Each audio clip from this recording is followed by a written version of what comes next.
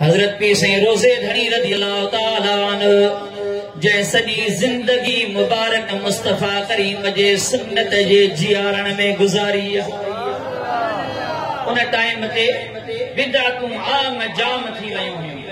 अॼु खां 200 साल वधीक जो ज़मानो अॻु में उन टाइम ते आम बिदअतूं थी वयूं हुयूं। माण्हुनि पंहिंजा पंहिंजा तौर तरीक़ा करे शुरू ॾिना, पर हजरत रोज़े धणी रज़ी अल्लाह ताला अन्हु साल जा 9 महीना सैर सफ़र करे ख़ल्क़ खे हिदायत जा सबक़ ॾींदा हुया ऐं मुस्तफ़ा करीम जूं सुन्नतूं अदा कंदा रहंदा हुया।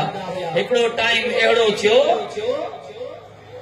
जो हजरत रोज़े धणी रज़ी अल्लाह ताला अन्हु जिन जो सफ़र मुबारक बि हुयो, पर उन टाइम ते जेके बिदअती ऐं गैर मुस्लिमन जा जेके भोपा आहिनि वॾा, उन्हनि को उन टाइम ते हिकिड़ो ऐलान करे छॾियो त 8 हठियो थियणो आहे।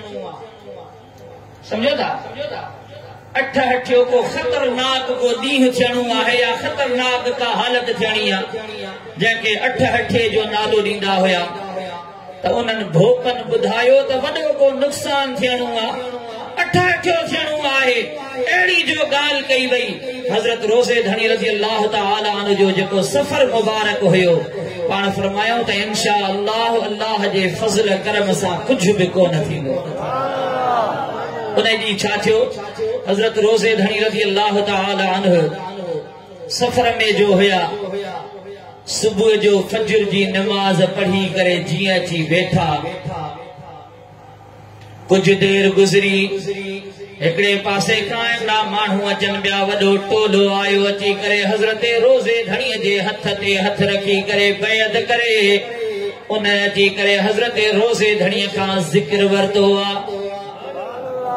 सुभान अल्लाह जो मोहब्बत। वरी कुछ टाइम थियो, ॿिए पासे खां वरी ॿियो काफ़िलो अचणु शुरू थियो। अलाए किथां किथां माण्हुनि जा हुजूम अची ईअं कड़किया हज़रत रोज़े धणीअ जी बारगाह में। उहे सभई वठंदा वञनि ज़िक्र के गैर मुस्लिम अची करे कलमो पढ़ी करे मुस्तफ़ा ते मुस्लमान थींदा वञनि। के वरी जेके बिदअती हुया, ग़लत बुराइयुनि में मुब्तला हुया, उहे वरी तौबह ताइब थी करे हज़रत रोज़े धणीअ खां ज़िक्र वठंदा वञनि पिया। उहे सुठियुनि नेकियुनि वारे तरीक़े ते हलण जा वाइदा वचन कंदा रहनि पिया। हज़रत रोज़े धणी रज़ी अल्लाह ताला अन्हु ख़लीफ़े साहब खे फरमायो त हे ख़लीफ़ा, ख़बर थई त ही बरकत जी छाजी थी? सुभान अल्लाह चओ मोहब्बत।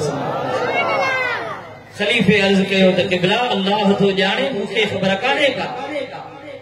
पाण फरमाइनि था हूअं हमेशह ईअं थींदो हुयो जो फजर जी नमाज़ जी सुन्नत जेका आहे असां अची करे मस्जिद शरीफ़ में पढ़ंदा हुयासीं, उन खां बाद में फजर जो फर्ज़ जमायत खे पढ़ाईंदा हुयासीं। पर कल असां ताज़ी हदीस मुबारका पढ़ी रसूलुल्लाह सल्लल्लाहु अलैहि वसल्लम जी सुन्नत मुबारक कल असांजे नज़रुनि मां गुज़री आहे।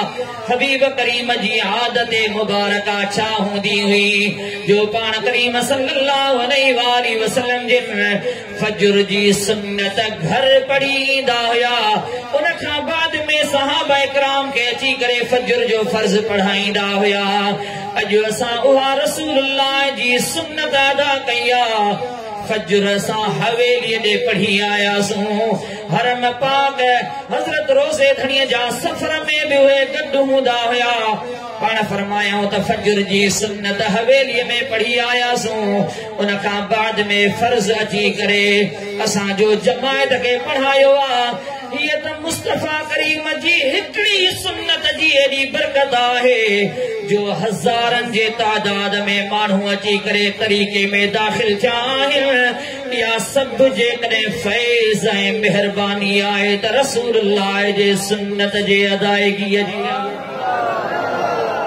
सुभान अल्लाह। हिकिड़ी सुन्नत में एतिरियूं बरकतूं आहिनि जो एतिरा हज़ारे माण्हू गुनाहनि खां तौबह ताइब थी करे हज़रत रोज़े धणीअ जे हथ ते हथ रखी करे बैअत करे उहे जेकॾहिं तौबह ताइब थियनि था, तरीक़े आलिया कादरिया में दाख़िल थियनि था, या वरी गैर मुस्लिम आहिनि त उहे कलमो पढ़ी करे मुस्लमान थियनि था, हिकड़ी सुन्नत ते अमल करण में एतिरो फ़ाइदो आहे त रसूलुल्लाह जी ज़िंदगी केॾी न बरकतुनि वारी अञा मोहब्बत सां जो सुभान अल्लाह हबीब करीम जे अचण ते अञा ख़ुशि न थिजे